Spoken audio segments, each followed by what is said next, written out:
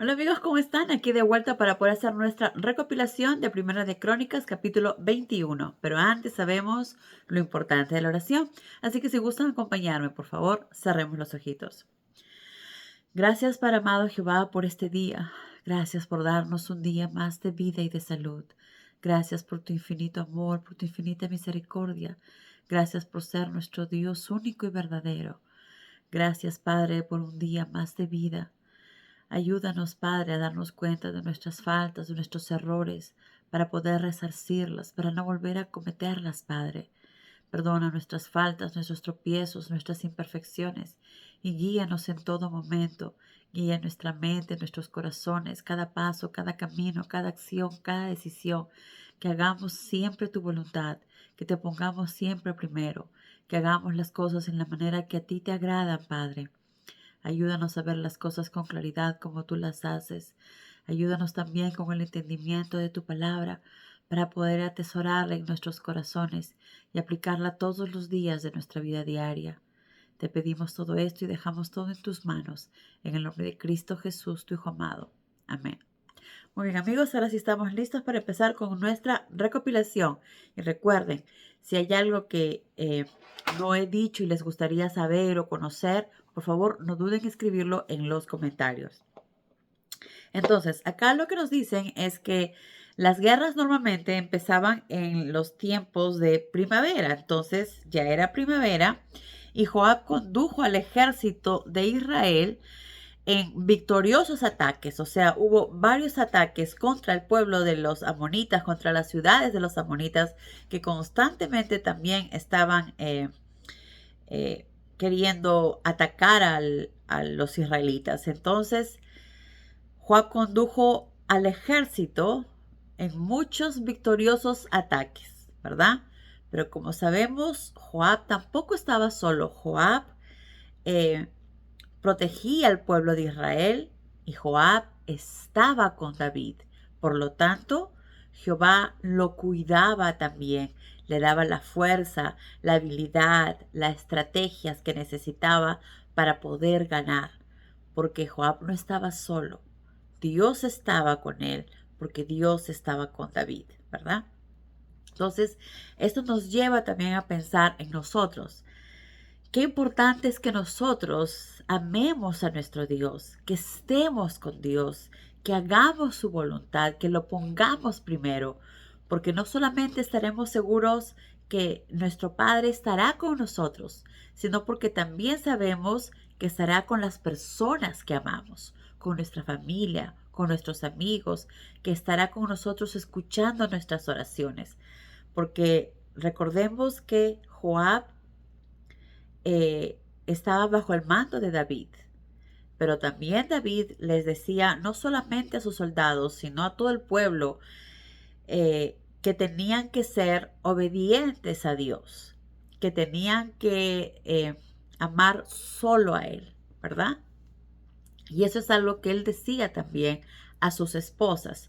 Cuando él se casaba con esposas que no eran israelitas, les decía, vamos a casarnos, pero eh, no puedes traer ninguna de tus costumbres o tus creencias o tus dioses aquí. Aquí se alaba a un solo Dios y amamos y creemos en un solo Dios. Entonces, aquellas que estaban de acuerdo, pues se casaban con David. Y si no, no. Pero obviamente casi todas, ¿verdad? Si no decir todas, aceptaron eso porque David no iba a permitir que esas costumbres paganas, que esa adoración de ídolos vaya a dañar la relación que él tenía con Dios, que él tenía con Dios. Algo que lamentablemente Salomón no hizo. Salomón, por el contrario, aceptaba que vinieran con todas sus costumbres, con todas sus tradiciones, y a ellas que adoraban a otros dioses, encima Salomón las dejaba que adoraran a otros dioses, a estas estatuas, y encima les hacía templos para que adoren a sus estatuas. Entonces, obviamente, al hacer esto, Salomón iba alejándose de Dios. ¿Se dan cuenta qué importantes son cada una de nuestras decisiones, cada una de nuestras acciones? ¿O hacemos que nos acerquemos más a Dios o hacemos que nos alejemos más?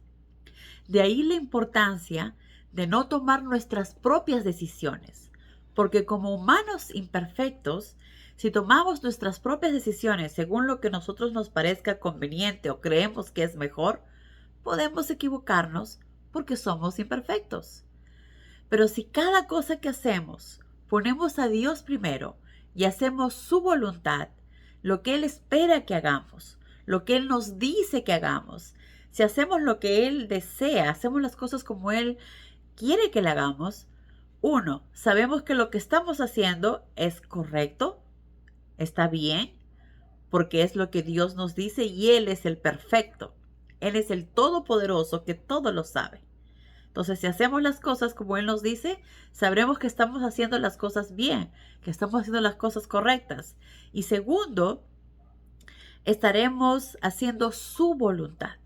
Estaremos poniéndolo a Él primero, haciendo lo que Él espera.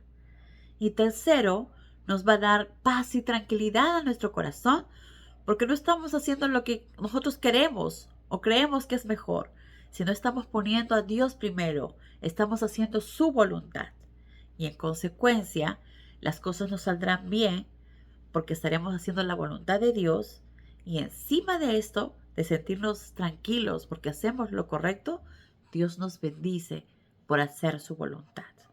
Entonces, basta que empecemos a poner en práctica cada una de las cosas que sabemos que Dios espera de nosotros y lo apliquemos en nuestra vida diaria y empezaremos a ver cómo nuestra vida va cambiando, va mejorando y se va llenando de bendiciones. Porque es lo que nuestro Padre quiere desde un comienzo, que vivamos en paz, que vivamos tranquilos, aún en estos tiempos tan difíciles en que estamos viviendo, en los últimos tiempos, podemos tener tiempos de paz, momentos de paz. ¿Por qué?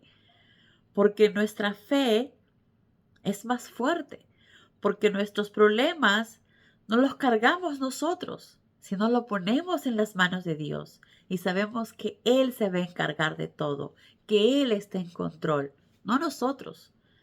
Nada está en nuestras manos, nada depende de nosotros, solo nuestra obediencia, que es lo único que nos pide, que le demostremos que lo amamos y que seamos obedientes. Es lo único que nos pide. ¿Se imagina cuando David se fue y dejó a Salomón a cargo? Salomón vivió tiempos de paz porque ya David lo había hecho todo. Ya nadie se acercaba a pelear ni batallas porque sabían que iban a perder, porque David estaba con Dios. Entonces Salomón tenía riquezas, tenía poder, tenía paz, lo tenía absolutamente todo. Y en vez de enfocarse en ser agradecido, obediente a Dios, comenzó a alejarse de él, casándose con tantas mujeres de diferentes sitios y no poniéndoles un stop en eh, en sus tradiciones, en en lo que ellas traían, ¿verdad? En sus ídolos, sino por el contrario, como les dijo. Pero si él hubiera hecho la voluntad de Dios, si hubiera puesto a Dios primero, así como David lo hizo, y así hubieran seguido generación tras generación, sería un pueblo en el que todos quisiéramos estar, porque veríamos ahí que está la mano de Dios. Lastimosamente las cosas no fueron así, pero no queremos que eso suceda en nosotros. Entonces, volviendo a lo que estamos leyendo, lo importante que es que pongamos siempre a Dios primero, que hagamos su voluntad para que en todas las cosas nos vaya bien. Así como en el caso de Joab, si ganaba cada batalla, no era porque estaba solo, no era porque era wow, el mejor. Y así fuera el mejor, es porque Dios le da esas destrezas, esas habilidades, esa intuición, porque Dios lo guiaba, porque todo lo que somos y lo que tenemos se lo debemos a nuestro Creador. Entonces, Joab condujo varias victorias y ataques, pero era porque Dios estaba con él, ¿verdad? Entonces dice, él iba y peleaba y ganaba muchas peleas contra los amonitas. Y después de destruirlos, salió a Rabat y la conquistó también.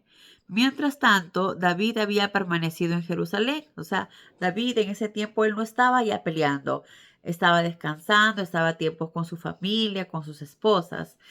Pero en esta última, ¿verdad? Que dice de Rabat, cuando sitió Rabat, David llegó al escenario y le quitó la corona al rey Milcom y se la puso. Dicen que era una corona de incrustaciones de piedras preciosas. Era de oro, obviamente, con incrustaciones de piedras preciosas y pesaba 36 kilos. ¿Se imaginan? Bastante pesada. Asimismo, David tomó la ciudad grandes cantidades de botín. Entonces, cuando ellos llegaban a una ciudad, no los mataban ni los destruían a todos. Recordemos en el tiempo eh, de Josué, sí, porque recuerden que Josué hacía lo que Jehová le decía. Y Jehová le decía, vayan a esa ciudad, destruyanlos, maten a todos, inclusive no se lleven ni al ganado tampoco. Y a veces también les dijo que cuando sacaban el oro y esto tenía que ir para el templo, porque Dios sabía en qué habían hecho con esos animales, qué habían hecho con ese oro, esa plata. Entonces tenía que ser limpiado y lo mandaban hacia el templo. Dijo la primera vez que no cojan nada. Y en las siguientes veces sí podían coger parte del botín, pero todo era para el pueblo y parte también era para el templo de Dios, ¿verdad? Recordemos que a Dios le pertenece todo, pero Dios nos da a nosotros, comparte con nosotros todo lo que es de Él, nos lo da a nosotros en abundancia y con amor. Entonces, lo que ellos hacían en el tiempo ahora de David es, no mataban a todos, sino sí se llevaban todo el botín, probablemente también animales, plata, bronce, oro, ¿verdad? Todo eso, porque acá dice, tomó la ciudad grandes cantidades de botín, o sea, se llevaba todo lo que era, como les dije, animales y riquezas, y a la gente de la ciudad la llevaba a trabajar con serruchos, picotas de hierro y hachas. No los convertía en esclavos, pero eran sus siervos, ¿verdad? Eran parte, sus siervos entre comillas, porque ahora ellos iban a trabajar junto con el pueblo y les hacía trabajar cosas un poco pesadas, que son los serruchos, picotas de hierro y hachas. Y esto era algo que él acostumbraba a hacer con los pueblos que él conquistaba. La siguiente guerra, dice, fue otra vez contra los filisteos. Siempre ha habido mucha guerra contra los filisteos, una y otra vez, pero obviamente siempre o casi siempre ganaban el pueblo de Israel, especialmente cuando estaban en los tiempos de David. Entonces, Sibecaí, dice, ciudadano de Usar, mató a uno de los hijos del gigante Siapi y los filisteos se rindieron. Entonces, muchas veces los filisteos usaban a los gigantes para que vayan y destruyan y luego ellos iban a atacar. Pero en este caso, Sibecaí mató al gigante que tenían ellos. Entonces ellos se asustaron, los filisteos, y huyeron, ¿verdad? Fue más o menos también lo que pasó cuando David destruyó, ¿se acuerdan? La historia que todos conocemos, cuando David destruyó al gigante con esa piedra. Los filisteos lo usaban al gigante para que destruya, para causar temor y para que puedan ellos dejarse por los filisteos. Pero como sabemos, David lo destruyó. Igual en este otro caso, el pueblo filisteo usó a este gigante y Sibecaí lo mató. Luego en otra guerra, dice, con los filisteos, Elanán, hijo de Jair, mató a Lami. ¿Quién era Lami? Pues era el hermano del gigante Goliat, que ya todos conocemos, el gigante que mató David. Y dice aquí, él hasta de su lanza era como un rodillo de telar. Entonces los rodillos de telares eran grandes porque era para telar la ropa. Entonces dice que su lanza era de ese tamaño, o sea, era inmenso, era del tamaño de un rodillo de telar. También dice, en otra guerra ocurrida en Gat, un gigante que tenía 6 dedos en cada mano y en cada pie, desafió e insultó a Israel. Pero Jonatán, sobrino de David, lo mató. Estos gigantes eran descendientes de los gigantes de Gad, los cuales fueron muertos por David y sus soldados. Recordemos que David tenía soldados muy fuertes, muy valerosos, porque Dios estaba con ellos y Dios les daba esas habilidades, les daba ese valor. No tenían miedo. Y como ya vimos anteriormente, hasta había uno solo que mató a 300, ¿verdad? Con su palo, con su lanza. ¿Se imaginan? Eran soldados muy valerosos que protegían y estaban junto con David. Soldados que Dios bendecía, que lograban hacer esto. Y sí, sabemos que habían gigantes. Habían gigantes, se dice que uno, cuando murió, el ataúd que le hizo medían como 4 metros de largo y 1,5 de ancho. Otro que medía alrededor de 2 metros y 10. Entonces, no eran todos iguales. Habían gigantes más altos, otros no tan altos, ¿verdad? Pero todos estos eran gigantes, como dice acá, descendientes de los gigantes de Gad. Pero que muchos de los soldados de David los mataron. Y bueno, amigos, hasta acá llegó nuestra recopilación. Si tienen alguna pregunta o quisieran saber algo más o tener algún estudio personal, por favor no duden en decírmelo, porque el estudio personal lo podemos hacer a través de videos llamadas. Que tengan un hermoso día y que Dios los llene de muchas bendiciones. Adiós.